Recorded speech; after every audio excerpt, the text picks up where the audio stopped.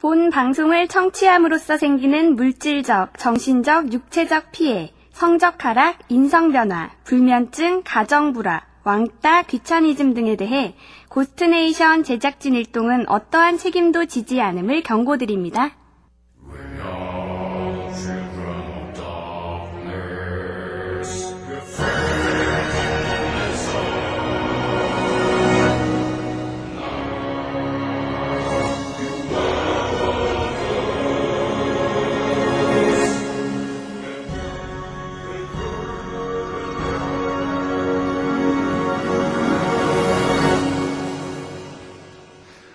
오늘은 이미 예고해드린 바와 같이 우리 고스에서 해마다 여름이 되면 6년째 보내드리고 있는 빨간 탁구공의 비밀을 보내드리겠습니다. 빨간 탁구공의 비밀을 올해도 들어야 하느냐, 올해도 내가 아직도 고스를 듣고 있구나라는 사실을 여러분들께 체감시켜드릴 그런 기회가 될 것이며, 하루에 24분의 1, 1시간을 인생에서 매일매일 낭비하자라는 슬로건을 가지고 있는 우리 고스 듣기의 이 총화요, 결정체인, 꽃탑이 될 이 빨간 탁구공의 비밀, 올해 특히 6년째 감상하고 계신 분들의 명복을 빌면서 그럼 올해도 빨간 탁구공의 비밀을 시작하도록 하겠습니다. 이 빨간 탁구공의 비밀 2006년판, 오맨도 2006년 6월 6일 날 개봉하지 않았습니까? 그래서 이번 빨간 탁구공의 비밀은 빨간 탁구공의 비밀 666 버전으로 불리우는 빨탁 666입니다. 이 빨탁 666, 새로운 분위기로 다시 한번 심기일전하셔서 즐겁게 감상하시기 바랍니다.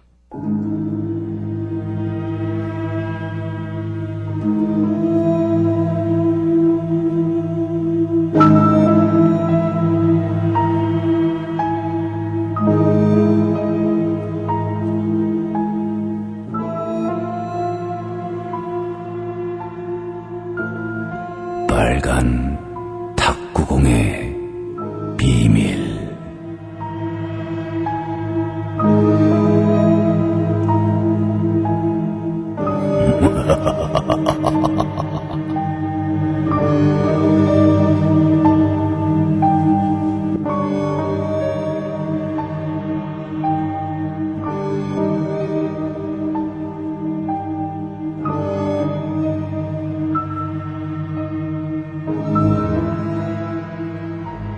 아이는 어릴 때부터 남들과 다른 점이 하나도 없는 아주 평범한 아이였습니다.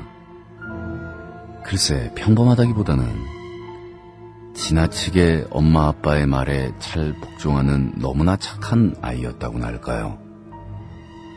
아이는 자라면서 삶의 모든 기쁨을 어머니와 아버지에게 던져주었습니다. 건강하고 착실하고 착하며 명랑하고 학교 성적도 좋고 대인관계도 좋은 그런 아이였다고 합니다. 그러던 어느 날 아이가 초등학교 3학년 때쯤 아이의 눈빛이 변하기 시작했습니다. 눈 밑에는 시커먼 다크서클이 늘어나기 시작했고, 아이의 낯빛은 묘한 표정을 띠며 혼자 중얼중얼 이야기를 할 때가 많아졌고, 그리고 때로는 대단히 아주 낯선 사람을 보는 것 같은 그러한 눈길로 부모님을 쳐다볼 때도 있었습니다. 그러한 눈길로 엄마 아빠를 바라볼 때는 마치 이 아이가 우리가 알고 있는 그 밝고 명랑한 착한 우리 아들이 맞단 말인가 라는 생각이 들 정도로 섬뜩한 기분을 던져주었죠.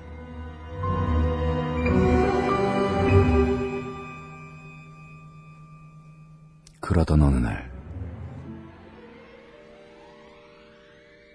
아이는 점점 건강이 악화되고 흑빛 같은 낯빛을 띠게 되었고, 너무나 안타까운 부모님은 아이를 데리고 이 병원, 저 병원, 한방병원, 민간요법, 전국 모든 곳을 찾아다니며 아이의 증세를 치료하려고 했지만 아이의 증세에는 전혀 차도가 없이 계속 이상한 현상만 일어났습니다.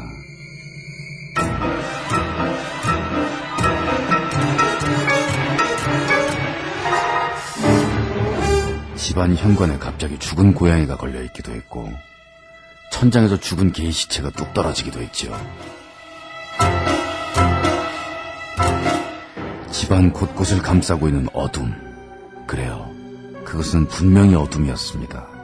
무어라 말할 수 없는, 표현할 수 없는 아주 깊은 어딘가의 시면에서 무럭무럭 풍겨 올라오는 듯한 그 어둠. 그것을 무어라 설명할 수 있을까요?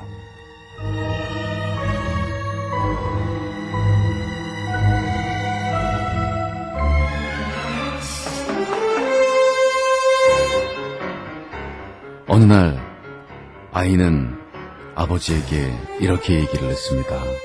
아버지가 너무나 크게 소리를 지르면서 격앙을 했기 때문이죠. 도대체 무슨 일이냐, 웬일이냐, 이게 도대체 무슨 일이란 말이냐. 아이를 잡고 엉엉엉엉 아버지가 무릎을 꿇고 통곡을 하기 시작하자 아이가 아버지에게 이렇게 얘기를 한 것이죠. 아버지, 저 빨간 탁구공 50개만 주세요.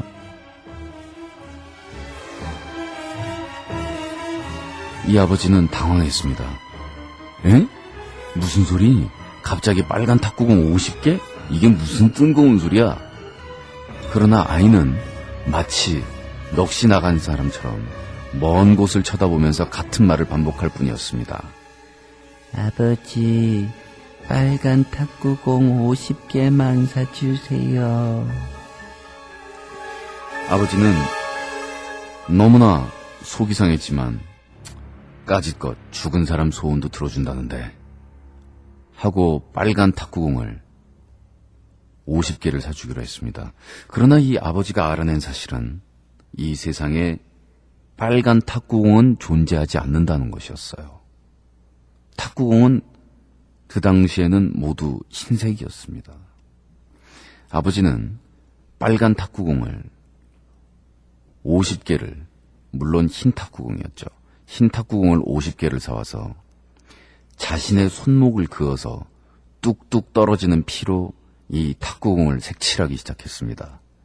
마치 뭔가에 주술을 거는 것처럼 손목이 아릿하고 피가 빨려나가는 느낌이 들 때마다, 그리고 빨간색 피로 색칠이 된 빨간 탁구공이 하나하나 말라져 갈 때마다 아이의 목숨을 연장하기 위한 자신의 은밀한 무언가 악의적인 주술도 기도도 아닌 그 무언가를 행하는 느낌이었죠. 그리고 아이가 잠들었을 때 아이의 침대 밑에 아빠는 빨간 탁구공, 사실은 빨간 자신의 피로 색칠이 된 탁구공을 침대 밑에 놓아두었습니다. 그리고 다음 날 아침,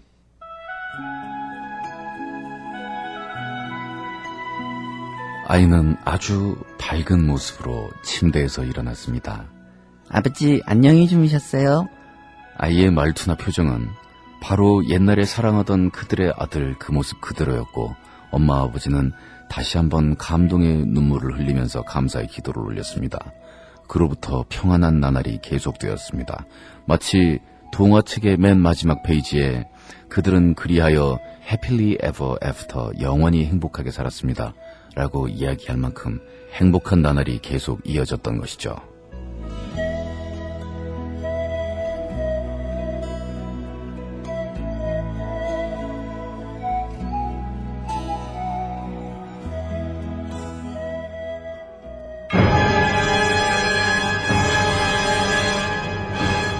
그러나 그 영원히 행복할 것 같던 나날들도 그다지 오래가지 않았습니다.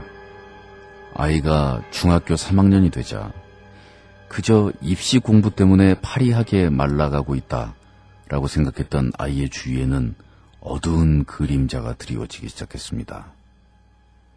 눈 밑에 다크서클, 그리고 마치 죽은 자의 살과도 같은 창백한 피부, 몽유병에 걸린 것처럼 꿈을 꾸는 듯한 어색한 몸동작, 홀린 것처럼 복도를 서성거리면서 걸어다니는 그 모습.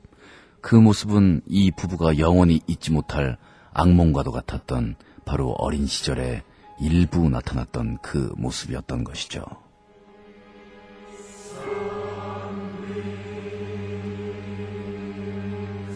집안 전체는 언젠가 겪어본 바와 같았던 그 끔찍한 어둠, 그리고 그 시커먼 힘에 사로잡혔습니다. 아버지는 이번에도 절규를 할 수밖에 없었습니다. 얘야, 도대체 필요한 게 뭐냐? 뭐든지 해줄 테니 말을 해, 말을. 그러자 아이는 알듯 말듯한 미소를 띄우며 이렇게 얘기했습니다. 아버지, 저 빨간 탁구공 100개만 주세요. 아니, 너 또 그 빨간 탁구공 타령을 하는 게냐? 게다가 이번에 100개라니, 야 이놈아, 너 정말 미친 거 아니냐? 아버지는 홧김에 정말 그래서는 안 되는 줄 알면서도 아이의 얼굴을 한 대 때렸습니다. 찰싹. 그러나 아이는 통증을 느낀다는 느낌이 전혀 없는 듯한 그런 희미한 눈초리로 아버지를 응시하면서 다시 한번 말할 뿐이었어요. 아버지, 빨간 탁구공 100개만 주세요.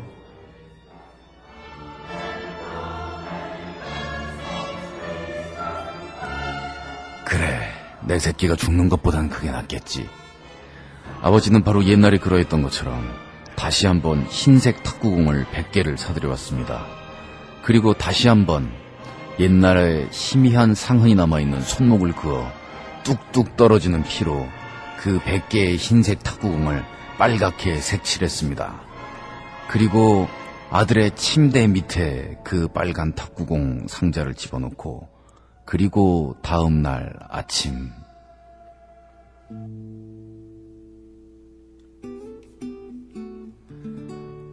다시 평온한 아침이 찾아왔습니다.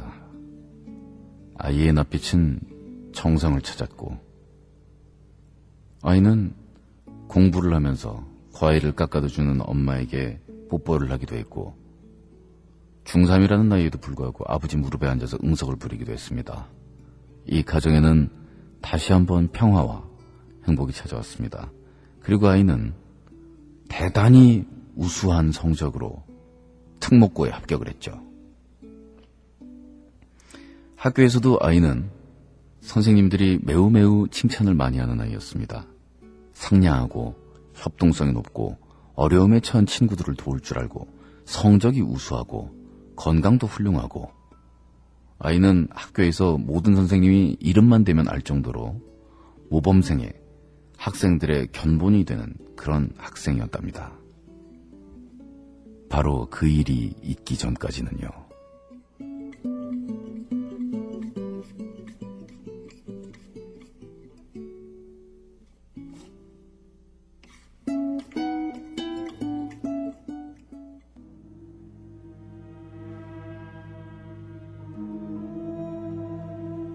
아이가 고3이 된 어느 날, 이 아버지 어머니는 이상한 기분을 느꼈습니다.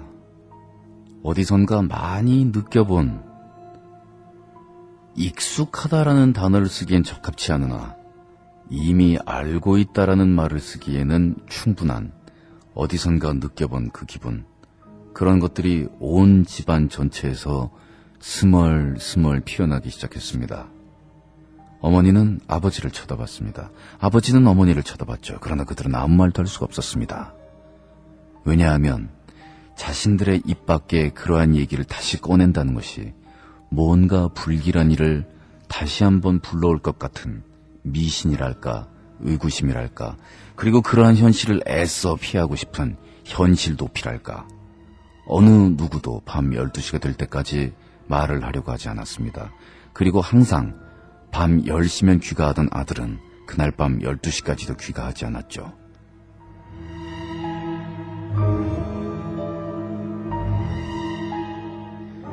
띵동, 벨이 울렸습니다. 어머니는 떨리는 발걸음을 앞장 세워서 현관으로 달려가 문을 열었습니다. 현관 앞에는 그 몇 년 동안 선생님들에게 칭찬이 자자하던 그 아들이 서 있었습니다. 눈 밑에는 시커먼 다크서클, 온몸에서 피어나는 이상한 기운, 그리고 마치 죽은 사람과도 같은 낯빛, 어색한 걸음걸이.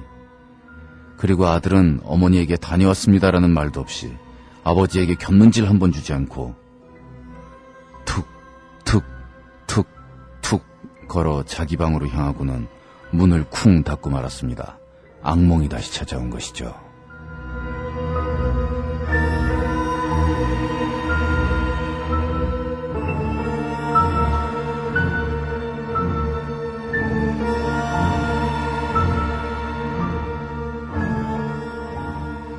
똑똑똑. 아버지가 아이의 방문을 두드렸습니다. 그리고 아이가 방문을 열자 아이는 초점 없는 눈빛으로 먼 곳을 응시하는 눈빛으로 방문을 열었습니다. 아버지가 물어봤죠. 이번에도냐?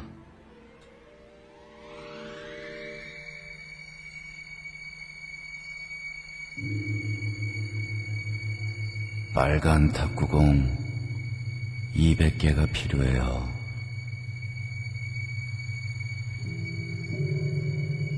빨간 탁구공 200개.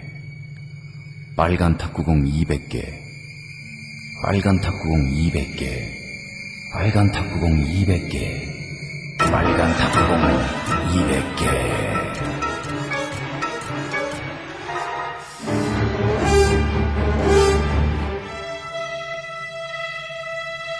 아버지는 미친 듯이 스포츠 연구사로 달려가서 흰색 탁구공 200개를 샀습니다.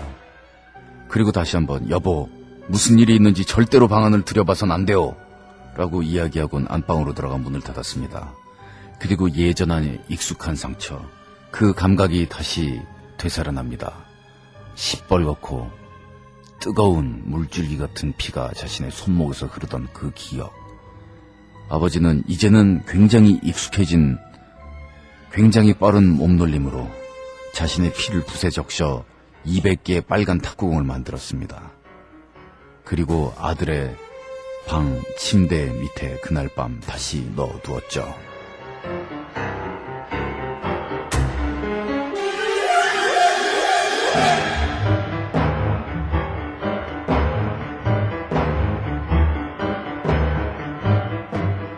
그리고 다음날 아침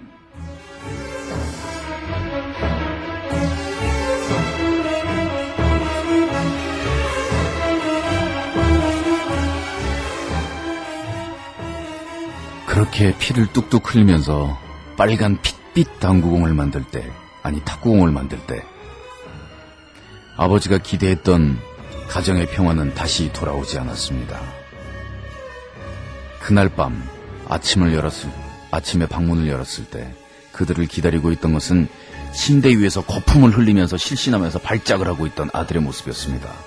아들은 앰뷸런스로 병원으로 옮겨졌습니다. 그리고 아들은 입에서 계속 거품을 울면서 빨간 탁구공, 빨간 탁구공, 빨간 탁구공 하고 외치면서 계속 신음을 할 뿐이었습니다. 200개의 탁구공, 이번에는 소용이 없었습니다.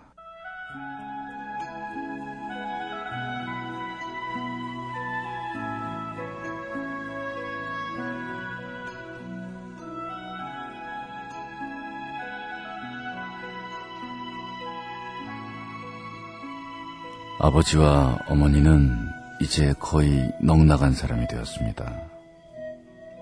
그리고 그렇게 지내기를 몇 개월, 의사들은 도저히 원인을 알 수 없다고 얘기를 했습니다. 이 병의 원인도 도대체 뭘 치료를 해야 되는 건지, 어떻게 치료를 해야 되겠다는 건지 도저히 알 수 없다는 것이죠.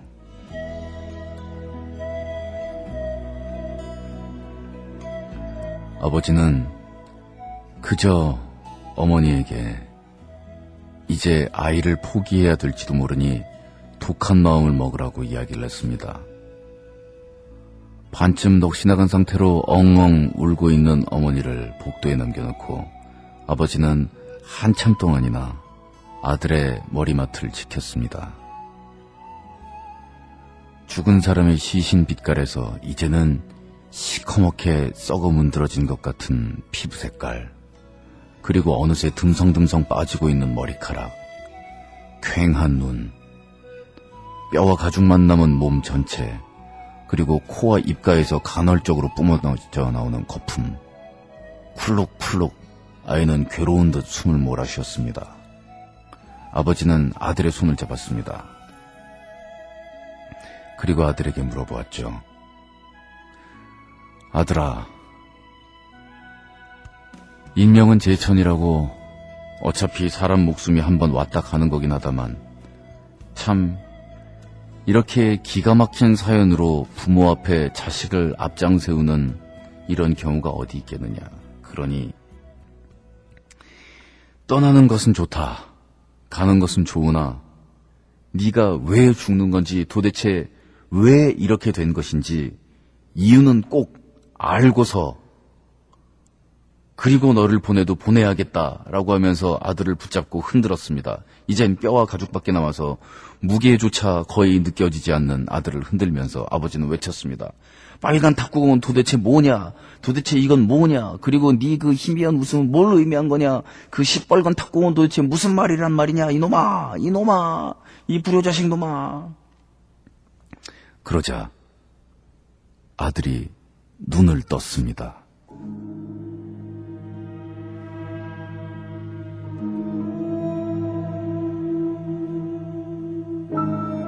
아버지, 전 그냥 이렇게 아버지 곁을 떠나야 될 것 같아요.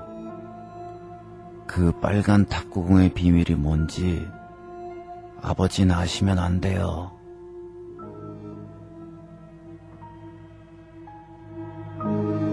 아버지는 당연히 분노했죠.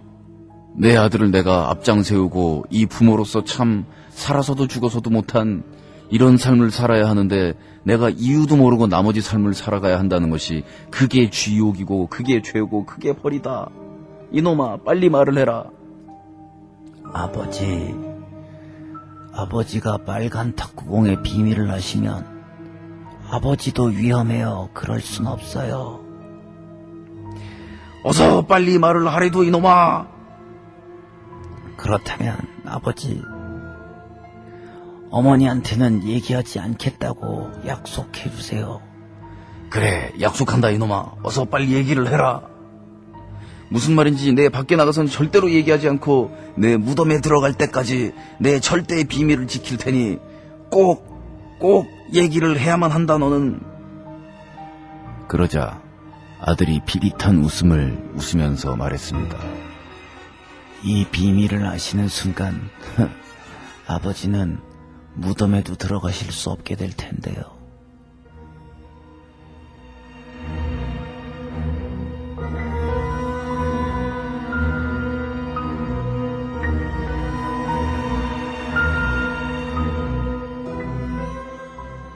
마침내 아들은 숨을 거두었습니다. 아버지는 그리고 어머니는 아들을 잃어버렸죠. 그리고 아버지는 빨간 탁구공의 비밀을 알게 되었습니다.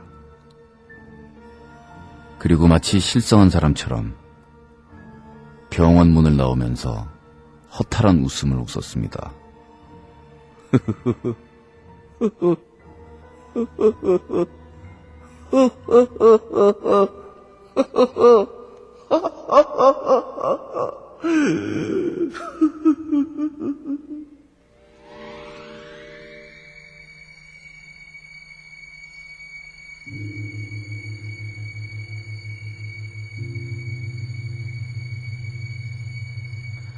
한 성당. 폭우가 쏟아지는 날 밤 누군가 미친 듯이 문을 두드리고 있었습니다. 아이고, 거기 누구시오? 하면서 신부님이 문을 열자 성당의 문 앞에는 눈 밑에 다크서클, 그리고 마치 죽은 사람과도 같은 피부, 듬성듬성 빠진 머리카락, 초점이 없는 눈, 한 중년의 사내가 성당으로 들어오면서 신부님의 발목을 잡으면서 쓰러졌습니다. 신부님, 저는 곧 죽을 겁니다. 그리고 제가 죽기 전에 저는 이 사실을 얘기해야 됩니다. 신부님은 반드시 이 빨간 탁구공의 비밀을 아셔야 합니다. 아니, 이 사람이 비 오는 날 갑자기 무슨 홍두깨라고 빨간 탁구공이 뭐래는 거요? 빨간 탁구공의 비밀이란 말입니다. 빨간 탁구공의 비밀. 남자는 고해성사를 하는 방으로 들어가서 빨간 탁구공의 비밀을 신부님에게 이야기했습니다. 그리고는 마치 못다한 볼일을 못 본 것이 남아있는 사람처럼 폭우가 쏟아지는 성당 밖으로 뛰어나갔습니다. 그리고 요란한 자동차의 클락션 소리, 끼익 하는 브레이크의 파열음 소리, 남자의 시체는 허공으로 높이 튕겨져 날아 올라갔습니다. 바로 빨간 탁구공의 비밀을 알고 있던 아이의 아버지는 아이의 예언대로 무덤에도 들어가 보지 못한 채 차에 받쳐서 시체가 산산조각이 나며 흩어져 버렸습니다.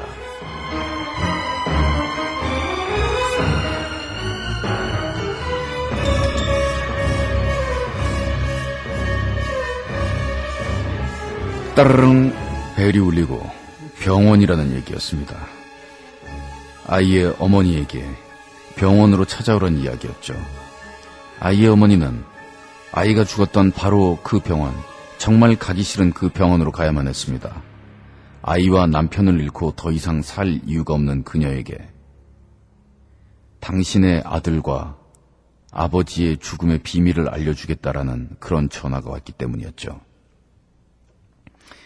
어머니는 병원으로 들어섰습니다.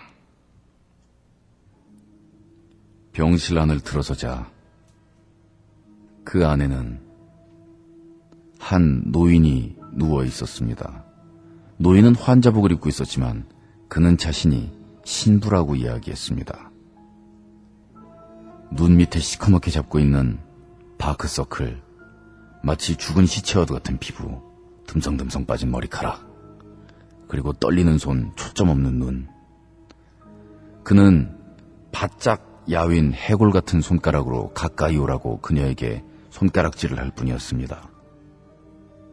어머니가 귀를 갖다 대자 신부는 아주 천천히 나지막한 소리로 빨간 탁구공의 비밀에 대해서 이야기하기 시작했습니다.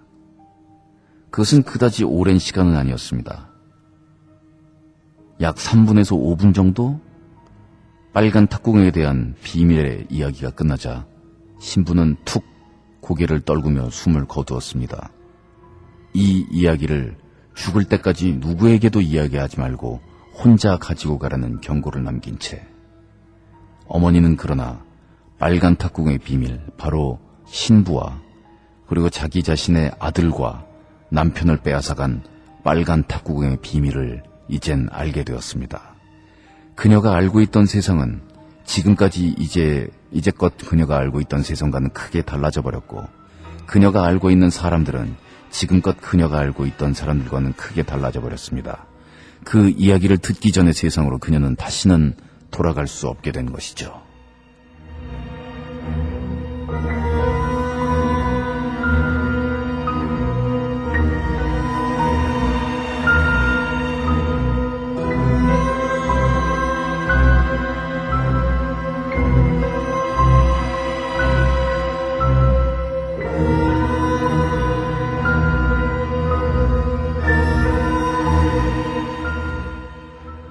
그로부터 오랜 세월이 흘렀습니다.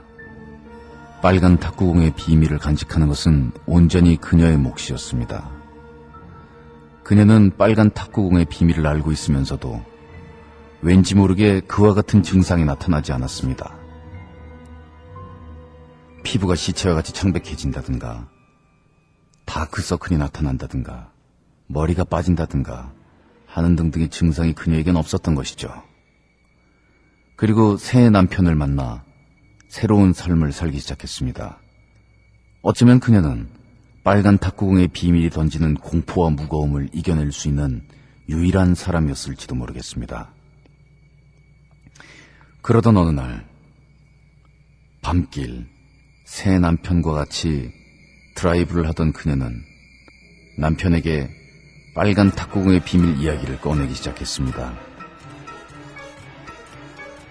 그리고 놀라지 말라는 이야기와 함께 그녀는 빨간 탁구공의 비밀 이야기를 하나하나 털어놓기 시작했습니다. 이제 오랜 세월도 지났고 자신 혼자 그 비밀을 간직하기엔 너무 외롭다고 생각했던 것일까요?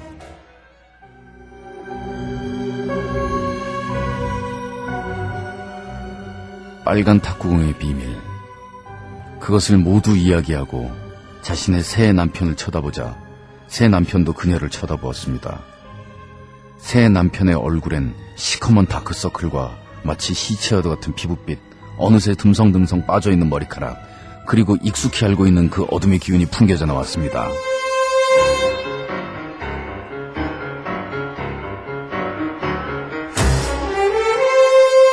으악! 그녀가 비명소리를 질렀습니다. 그리고 차는 계속 질주를 하다가 가드레일을 받고 360도 회전을 하면서 강물로 빠졌습니다. 그리고 강물로 빠지면서 동시에 폭발을 일으켰습니다. 차와 시커멓게 타버린 두 구의 시체는 서서히 강물 밑바닥으로 시면으로 가라앉았습니다.